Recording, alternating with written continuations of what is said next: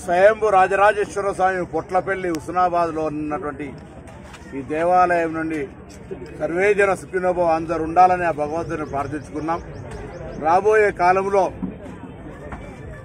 మంచి వర్షాలు, రైతుల సుఖ సంతోషాలతో, పాడి పంటలతో అభివృద్ధి చెందాలని, ఈ ప్రాంతంలో ఉన్నటువంటి వాళ్ళకి ఎటువంటి ఇబ్బందులు రాకుండా, వాళ్ళ కష్ట సుఖాల్లో వాళ్ళకి ఇబ్బందులు లేకుండా ఉండే విధంగా ఇక్కడి శాసనసభ్యుడిగా, రాష్ట్ర మంత్రిగా నాకు బలాన్ని ఇవ్వమని, ఈ కొట్లపల్లి రాజరాజేశ్వర స్వామిని విశ్వసించి ప్రతి శివరాత్రికి బట్టలు తెచ్చే భక్తుడిగా నన్ను ఆశీర్వదించమని సందర్భంగా వేడుకున్నాను.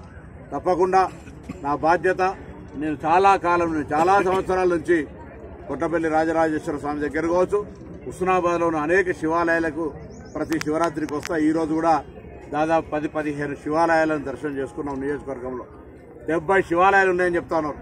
తప్పకుండా 70 శివాలయాలకు సంబంధించి భవిష్యత్తులో అన్ని రకాలుగా మినిమం ఫెసిలిటీస్ కలిగే విధంగా భక్తులకు ఏర్పాటు చేసే ప్రయత్నం చేస్తాం.